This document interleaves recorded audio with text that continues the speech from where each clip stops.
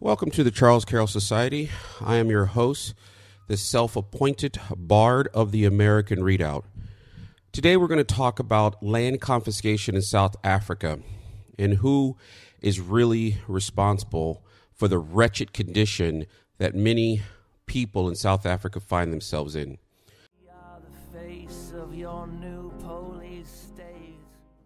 If you're new to the channel, we cover politics, both local in the American Readout. One of the reasons that I cover South Africa for people who are kind of new to the channel is because I believe that South Africa could be what America will face eventually. One of the core reasons that socialism always fails. Malema, the leader of the Economic Freedom Foundation, tries to point to China as an example of a successful socialist state. But anyone who studies it more than 5 minutes realizes that, yes, it's an autocratic ruled state, but China was nothing until they actually implemented what they call market liberalization, essentially implementing capitalism.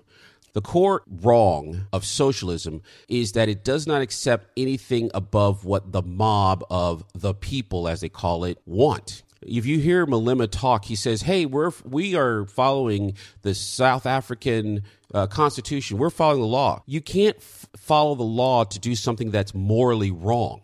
Socialism denies that there's something above the will of the people that is morally wrong. What would happen if America, the majority of whites who lived in America, voted slavery back in? Would that be morally right? Hey, they could actually follow the Constitution, repeal the constitutional amendment that outlawed slavery, and then vote in and say we want to re-implement slavery. And we would have every right in America to pick up arms and start killing people left and right. Why? Because slavery's morally wrong, even if the people changed the Constitution legally and voted it in. This is a concept of Western civilization. Christians understand this, that there is morality and rights that are above the state to take, or a group of people to take, even the majority to take.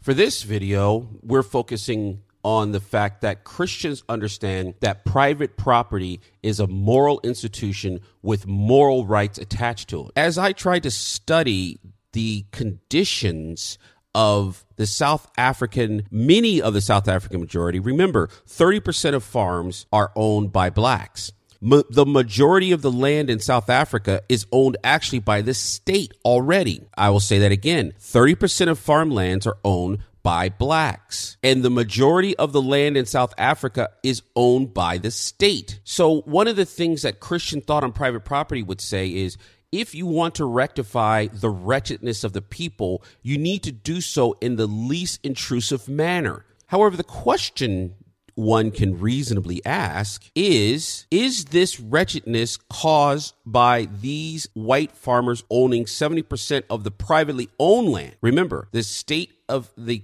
South African state owns the majority of the land in the country already. The past prime minister got into bed with a couple of three brothers from India, and known as the Guptas, Guptas. These three brothers and the past prime minister of South Africa essentially looted the country, looted South Africa. So is the wretchedness that the South African people now suffer, is it because of the white farmers or the absolute corruption of Zuma and others like him at the ANC?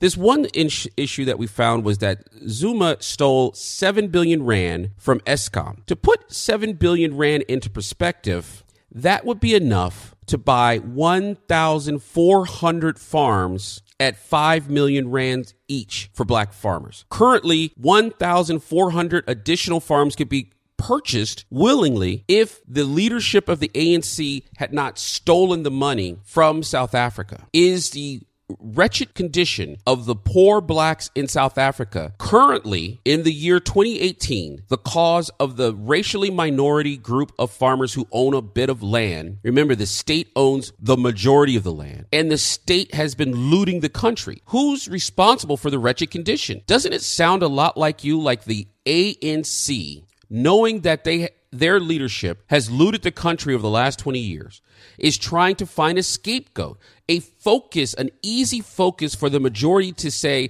those people are the reason for your wretched condition? The government of South Africa spent 220 million rand to create a milk farm called the Verde, Vrede. Yes, name butcher. That's what I'm a name butcher. I just blame my public education, but I try. So this milk farm, literally the money that the South African government pulled in, they were going to build a milk farm and hire many rural blacks into good paying jobs. Instead of that money going into the milk farm, the ANC leadership conspired with the Gupta brothers to steal $220 million of South African money.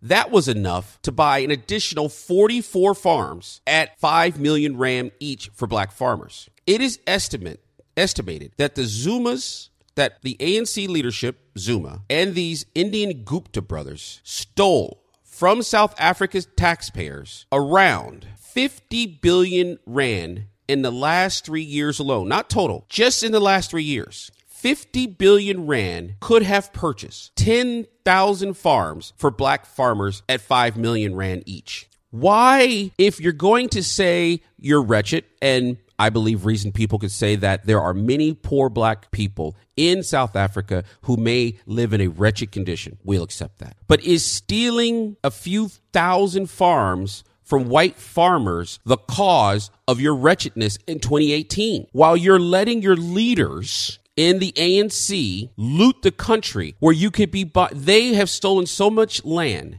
or so much money that they could be buying tens of thousands of farms, over 10,000 farms at 5 million rand each.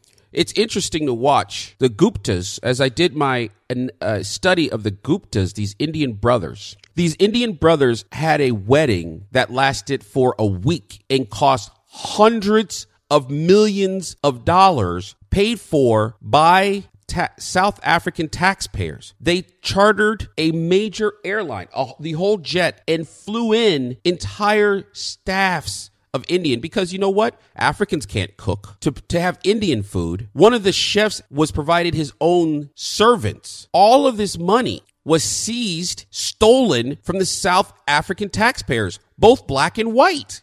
And when black politicians tried to point out the corruption, the leadership in the ANC fired them, silenced them, and threatened them. And now the leadership of the ANC and the leadership of the EFF, instead of calling for the cleaning up of corruption in South Africa, are pointing the finger at white farmers as being the cause of the wretchedness in South Africa.